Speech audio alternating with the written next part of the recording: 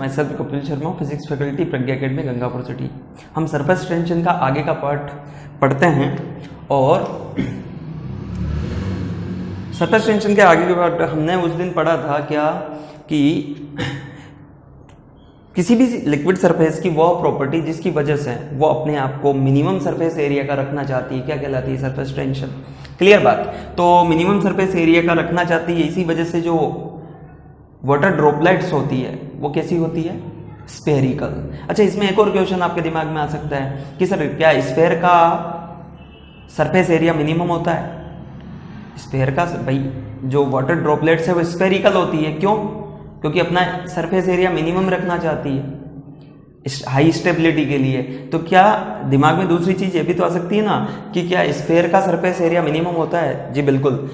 देखो इस बात को ध्यान से रखना कि किसी भी गिवन वॉल्यूम के लिए, given volume, the surface area of sphere is minimum. कि किसी भी v वॉल्यूम, अगर आपको v वॉल्यूम दिया गया है और उससे बोला जाए कि किसी भी v वॉल्यूम को अलग अलग शेप में पैक करो और उनमें से कौन सा शेप होगा जिसका मिनिमम सरफेस एरिया हो और v वॉल्यूम को पैक भी किया जा सके, तो ऐसा जो शेप होता है वो कौन सा होता है? स्फेयर। तो इसीलिए बोला जाता है कि स्फेयर का सरफेस एरिया क्या होता है? मिनिमम। किसके लिए? गिवन वॉल्यूम के लिए। क्लियर? गिवन वॉल्यूम का मतलब यदि हमें v वॉल्यूम दे दिया जाए तो उसको अगर हम पैक करना चाहें अलग अलग सरफेस एरिया के शेप्स में, तो वो शेप जो सबसे कम सरफेस एरिया का होगा वो कौन सा होगा? स्फीयर। क्लियर? इसका मतलब ये होता है, इसलिए बोला जाता है कि जो वाटर ड्रॉपलेट्स होती है वो स्फेरिकल शेप की होती है। क्लियर बात। अब अपन आगे की चीजें करते हैं। ठीक है, इसके प्रैक्टिकल सरफेस टेंशन के जो प्रैक्टिकल एस्पेक्ट्स हैं वो क्या क्या हैं? वो प्रैक्टिकल एस्पेक्ट पहला तो ये हो गया वाटर ड्रॉपलेट्स का स्फेरिकल होना, या सोप बबल्स जो होते हैं उनका भी स्फेरिकल होना। ये सब किसकी वजह से होता है? सरफेस टेंशन की वजह से। अच्छा, तो हमने सरफेस टेंशन की ये सब बातें की थी। सरफेस टेंशन की दूसरी चीज क्या कि सरफेस टेंशन का जो फॉर्मूला होता है वो क्या होता है? T बराबर F/L। और मैंने आपको बताया था कि अगर सरफेस टेंशन की वजह से फोर्स निकालना है तो F इक्वल टू होगा T multiplied by L, where L is the length of given shape और समथिंग जो भी आपको दिया हुआ है। क्लियर? तो आप ऐसा समझो कि सरफेस टेंशन की वजह से जो फोर्स लगता है उसकी वैल्यू होती है F equal to T multiplied by L। Surface tension का एक तो अपन ने डेफिनेशन दिया T equal to F upon L। Clear? The force per unit length. और दूसरा जो डेफिनेशन है, second definition of surface tension,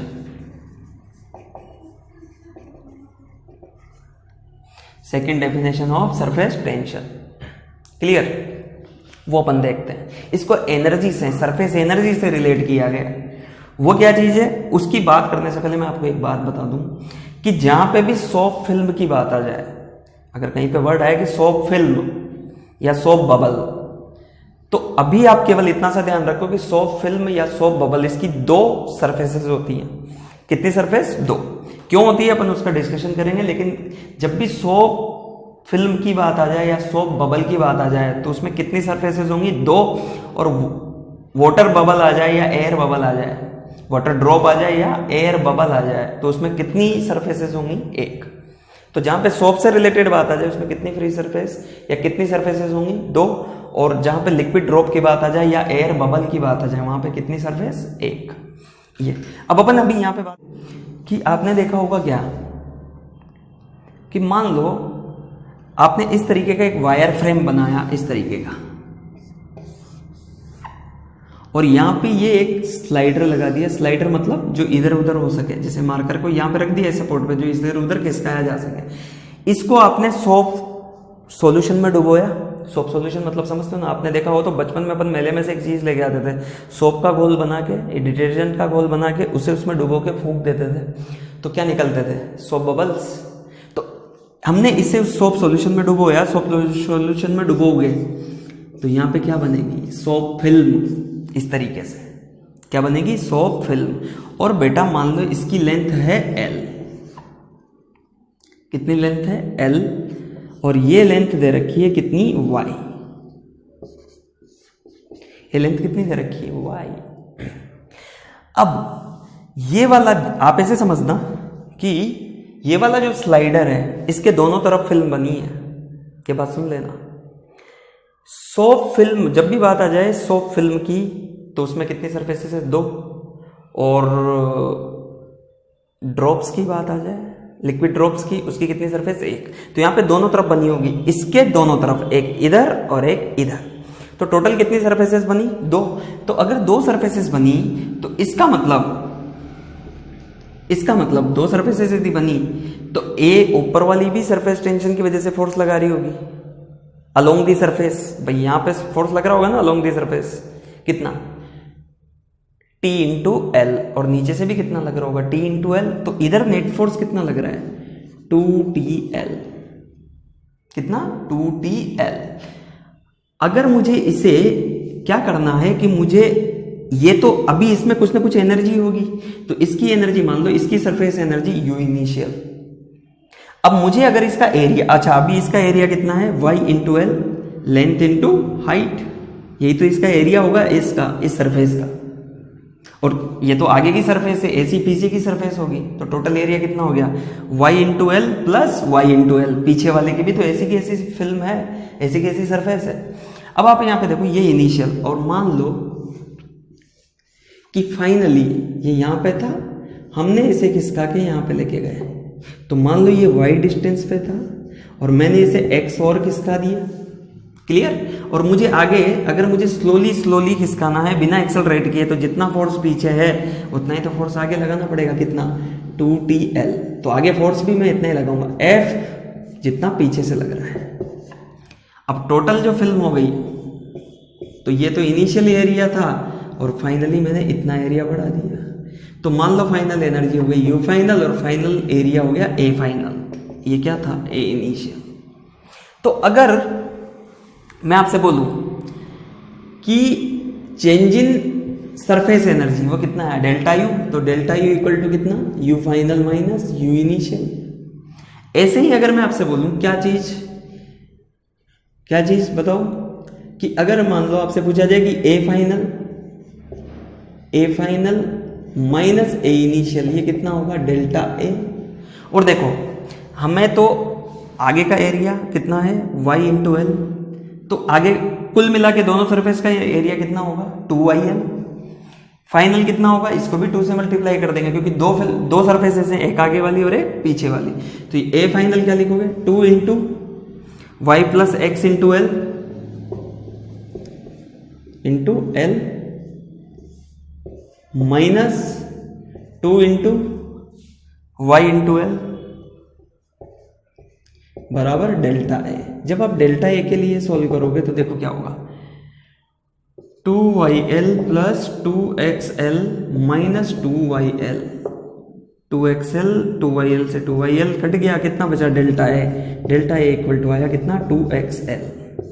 एक सरफेस में कितना एरिया चेंज हुआ देखो x इंटू एल। भाई यही तो एक्स्ट्रा एरिया आया, यही वाला तो यहां से यहां तक ही तो खींचा आपने, x ही तो खींचा, तो ये लेंथ तो l थी x, तो एक सरफेस का कितना एरिया चेंज हुआ, कितना एरिया बढ़ा हुआ x इंटू एल, तो दोनों का मिला के कितना हुआ 2XL। ये क्या है change in area, final minus initial, इसमें से घटाओगे तो यही तो आएगा, क्लियर ओके।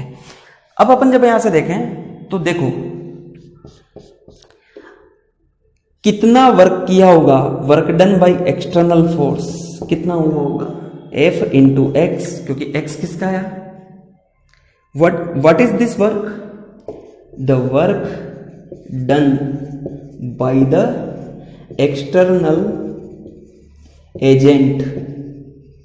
एक्सटर्नल एजेंट मतलब कोई भी बाहर से जिसने काम किया, external agent to increase the surface. अच्छा ये वाला पीछे फोर्स क्यों लग रहा है, क्योंकि ये अपने एरिया को बढ़ने नहीं देना चाह रही है, तो क्या कर रही है मिनिमम से मिनिमम, इसलिए इधर ही तो खींच रही होगी इसको। और अगर आपको इसका एरिया बड़ा करना है तो आपको एक्सटर्नल वर्क करना पड़ेगा। तो F कौन सा है एक्सटर्नल फोर्स, तो इसने कितना काम किया W एक्सटर्नल कितना F इंटू एक्स। F की जगह क्या लिखोगे क्योंकि ये फोर्स और ये फोर्स तो बराबर ही है ना। तो एफ एक्सटर्नल इंटू एक्स यूँ लिख दे। तो एफ एक्सटर्नल किसके बराबर होना चाहिए? 2TL, क्योंकि हमें एक्सेलरेट नहीं करना, तो जितना फोर्स पीछे है उतना ही फोर्स आगे है। इसे बोला जाता है वेरी स्लोली। क्लियर? जब भी पोटेंशियल एनर्जी में चेंज करना हो तो हम चीज़ों को कैसे दिखाते हैं? Very slowly. आपने देखा होगा यदि स्प्रिंग में पोटेंशियल एनर्जी बढ़ाई जाती है तो स्प्रिंग को जोर से खींचते हैं, एक्सेलरेट करके खींचते हैं, या फिर हर पॉइंट पे एक्सटर्नल फोर्स बराबर किसके होना चाहिए? स्प्रिंग फोर्स के, और दोनों की मैग्नीट्यूड सेम और डायरेक्शन ऑपोजिट। ऐसे ही यहाँ पे तो W एक्सटर्नल बराबर F इंटू एक्स, और वर्क डन पॉजिटिव होगा क्योंकि जिधर फोर्स है उधर ही डिस्प्लेसमेंट है। तो W एक्सटर्नल बराबर F एक्सटर्नल कितना? 2TL into x. बेटा W एक्सटर्नल बराबर कितना आया? T इंटू 2LX, और 2LX क्या है? Delta A। तो यहां से क्या लिख दोगे आप कि T equal to W external divide by क्या? डेल्टा A, क्योंकि ये क्या है? W external equal to T into delta A, और यहां से ये आ जाएगा। तो T इक्वल टू क्या है? W external upon delta A। जो वर्क हुआ भाई देखो, यहां से यहां तक खींचने के लिए, यहां से यहां तक खींचने के लिए इतना ही तो वर्क हुआ, और ये वर्क किसके बराबर है? फाइनल एनर्जी इतनी, इनिशियल एनर्जी इतनी, तो कितनी एनर्जी बढ़ी हुई होगी? जितना वर्क हुआ होगा। कितनी एनर्जी बढ़ी हुई होगी? कितनी पोटेंशियल एनर्जी या सरफेस एनर्जी बढ़ी हुई होगी? जितना एक्सटर्नल एजेंट ने वर्क किया हुआ। तो एक्सटर्नल एजेंट का वर्क डन कितना हुआ? चेंज इन पोटेंशियल एनर्जी के बराबर, या चेंज इन सरफेस एनर्जी के बराबर। तो क्या होगा? Delta U upon delta A। तो अब ध्यान रखना सरफेस टेंशन की डेफिनेशन। सरफेस टेंशन की डेफिनेशन होती है the work done by external agent per unit area. Work done by external agent per unit area to increase the surface, या फिर change in surface energy divide by change in area. यूं बोल दो, जितना area, जितनी surface energy में change आया divide by जितना एरिया चेंज हुआ, उसका रेशियो किसके बराबर होता है? Surface tension. तो इसका मतलब क्या हुआ? Surface tension is equals to the work done by external agent, the work done by external agent per unit area to increase the area, या फिर surface tension is defined as the surface energy per unit area, या फिर यूं बोल दो कि change in surface energy divided by change in surface area। क्योंकि आप एरिया को बढ़ाने के लिए जितना वर्क करोगे वही तो वर्क इसमें पोटेंशियल एनर्जी के रूप में क्या हो जाएगा? स्टोर। इतनी एनर्जी तो पहले से ही थी, आपने कितनी बढ़ाई? इतनी। क्या करके? वर्क करके। जो एक्सटर्नल वर्क हुआ वही तो उसके किसके रूप में स्टोर हो गया? Potential energy. तो इसे नोट करो, ये second definition. Work done per unit area, work done per unit area is equal to what? Is equal to surface tension. तो दो फॉर्मूले, T equal to F upon L, जब फोर्स दे रखा हो तो surface tension F upon L, और जब सरफेस एनर्जी दे रखी हो तो surface energy divide by surface area. This is the second definition. Clear?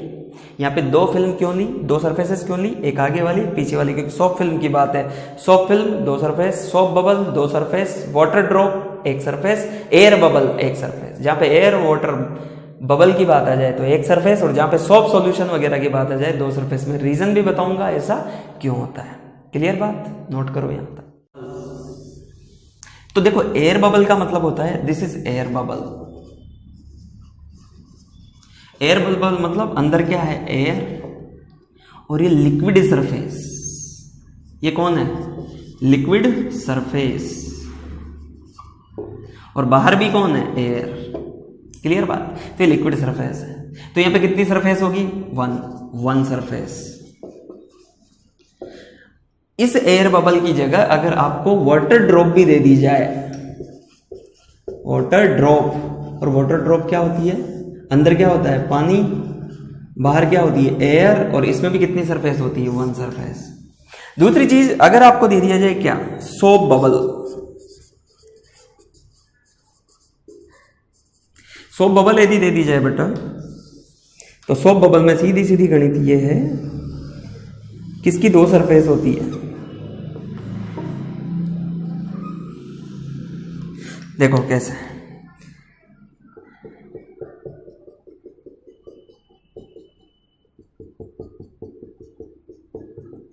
ये बीच में जो काला काला है ये होता है पानी, वाटर।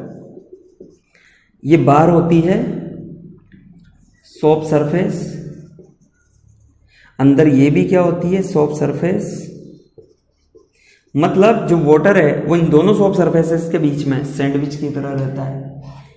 तो इसका मतलब सॉफ्ट बबल में कितनी सरफेस है, सॉफ्ट फिल्म बोल दो या सॉफ्ट सरफेस बोल, देखो सॉफ्ट बबल मतलब ऐसा कोई बबल बनेगा और यहाँ पे अंदर क्या होती है, एयर, और बाहर भी क्या होती है, एयर। मतलब दो सॉफ्ट फिल्म्स के बीच में लिक्विड भरा रहता है और स्पेरिकल शेप का हो, उसे क्या बोलते हैं, सॉफ्ट बबल। और अपन ने जो अभी ली थी वो फिल्म थी, फिल्म मतलब इस तरीके से। तो इसके इधर भी सरफेस और उधर भी सरफेस, और इन दोनों के बीच में भी आप ये बोल सकते हो कि इनके दोनों के बीच में भी क्या रहता है, वाटर। क्लियर बात, ऐसे। तो यहां पे जब भी आपसे बोल दिया जाए कि सॉफ्ट बबल, तो इसका मतलब इसमें कितनी सरफेस होंगी, टू सरफेस। और मोटी मोटी सी बात शॉर्ट ट्रिक के लिए याद रख सकते हो, सोप से रिलेटेड या डिटर्जेंट से रिलेटेड कोई चीज आ जाए सरफेस टेंशन में, तो समझ जाओ उसमें कितनी सरफेसेस हैं, 2, और इसमें भी कितनी सरफेस थी, 2 सरफेस। तो अब इसीलिए वहां पे अपन ने पढ़ा था ना भी, तो क्या कि T बराबर F/L, ये तो कब यूज करना है, जब फोर्स दे रखा हो। और T equal to delta U by delta A, या फिर W/डेल्टा ए, ये कब यूज करना है, जब एनर्जी या वर्क दिया। क्लियर बात, ओके। तो ये दोनों सरफेस टेंशन की डेफिनेशन है, work done per unit area also equal to surface tension, और T इक्वल टू F/L। इसे आप सरफेस एनर्जी भी बोल सकते हो, या चेंज इन सरफेस एनर्जी भी बोल सकते हो। Delta U is what, change in surface energy बोल दो या फिर सरफेस एनर्जी बोल दो। क्लियर।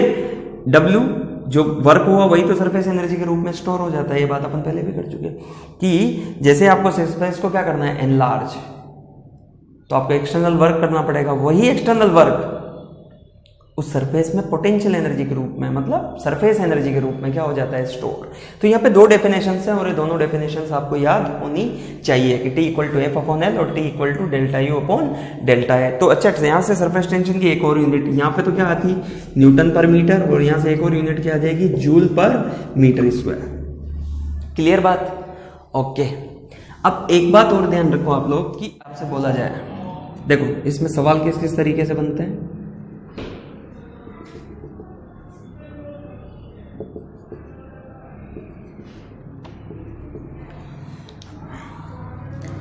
कि आपको ये कोई इस तरीके से एक रोड दे रखी है, ठीक है, और बोला गया ये मार्कर, ऐसा समझना, इसमें लिक्विड है कोई मार्कर, और इसे आपको लिफ्ट करना है, ऐसा कैसा ऊपर उठाना है, F, ठीक है, ये M मास है। पहली सिचुएशन ये दे रखी है, F लिफ्ट, तो लिफ्ट फोर्स कितना लगाना पड़ेगा इसे वाटर सरफेस से ऊपर उठाने के लिए। दूसरे केस में इसी में एक रिंग रखी हुई है ऐसे, ये रिंग है, this is ring and this is a road of length L, और इसका रेडियस है कितना R और मास है M। इसको भी मुझे ऊपर उठाना है, तो F लिफ्ट, तो लिफ्ट फोर्स कितना लगाना पड़ेगा। अब आप इसे देखो कि जब आप इसे ऊपर उठाओगे तो इसका mg तो लगेगा, इसका mg तो क्या करेगा, लगेगा। इसके साथ साथ इसकी इन दोनों सरफेस पे जैसे आप इसे उठाओगे ना, तो लिक्विड क्या होगा कि इस सरफेस पे और इधर पीछे वाली सरफेस, ध्यान से समझो, इधर वाली और इधर वाली दोनों को, ये दोनों सरफेसेस बिल्कुल वर्टिकल हो जाएंगे, जो लिक्विड की इसके साथ चिपकेंगी। जब आप ये उठेगा तो उठते समय अगर मैं यहाँ पे डायग्राम बनाऊं तो क्या होगा, इस तरीके का, ये वाला डायग्राम बना रहा हूं मैं, ये वाला, ये आपको उठता हुआ दिखेगा। तो यहां से ये इस तरीके का बिल्कुल वर्टिकल हो जाएगा। ये F हम ऊपर उठा रहे हैं और बीच में क्या लग रहा है, mg। तो इधर से भी फोर्स कितना लग रहा है, T इंटू एल, और इधर से भी कितना लग रहा है, T इंटू एल। तो इसका मतलब टोटल फोर्स F लिफ्ट वो कितना चाहिए होगा, तो F लिफ्ट इक्वल टू आपको चाहिए होगा mg प्लस 2TL।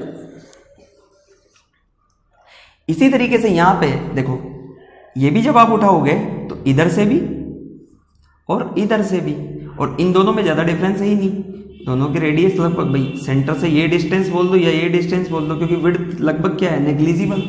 तो यहां पे एफ लिफ्ट कितना होगा, mg प्लस बोलो कितना,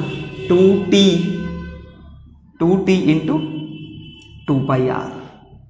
क्योंकि दो क्यों लिखा मैंने, क्योंकि यहां पे भी फोर्स लग रहा है और यहां पे भी लग रहा है, तो 2t into 2πr। This is the answer of this question, mg plus 4t/r। ये एफ लिफ्ट, ये वैल्यू। एक और बात ध्यान रखना नोट लगा के, कि कभी कभार आपको क्वेश्चन में दिया गया रहेगा कि the liquid do not wet, wet मतलब गीला करना, the liquid do not wet if the liquid do not wet the body, जो भी बॉडी दी गई है उसे वेट नहीं करता, then F lift equal to mg। अगर ऐसा दिया हुआ है तो एफ लिफ्ट इक्वल टू किसके बराबर लगाना पड़ेगा, mg के बराबर। तो आप यहां पे देखो कि जो पीछे वाला आ रहा है ना 2tl या फिर 2t इंटू 2πr, ये कब लगाना पड़ेगा, ये तब लगाना पड़ेगा जब जो लिक्विड है वो बॉडी को क्या कर दे, वेट कर दे। तो ये वाला पोर्शन 2t इंटू 2πr और ये वाला पोर्शन कब आएगा, when the liquid wet the body, और यहां पे भी when the liquid wet the body. अगर ऐसा नहीं है तो फिर आपको इसे लिखने की जरूरत नहीं है। तो इस तरीके से कई सवाल आपको मिल सकते हैं। और अगर मान लो कि liquid do not wet the body आपको सवाल में मेंशन होगा, तो वो पीछे वाला जो पोर्शन, जो सरफेस टेंशन वाला फोर्स है, वो लगेगा ही नहीं, क्योंकि गीला नहीं किया, इसके मतलब वाटर मॉलिक्यूल उससे चिपके नहीं, उससे नहीं चिपकेंगे, तो वो क्यों सरफेस टेंशन का फोर्स लगाएंगे।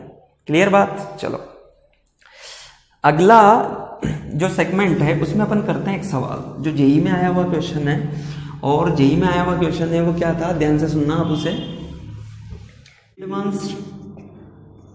2017 में एक क्वेश्चन पूछा था, वो क्या था कि एक ड्रॉप है, लिक्विड ड्रॉप जिसका रेडियस है r और r इक्वल टू था 10⁻⁻2 मीटर, 10⁻⁻2 मीटर। ये लिक्विड ड्रॉप अपने आप को के आइडेंटिकल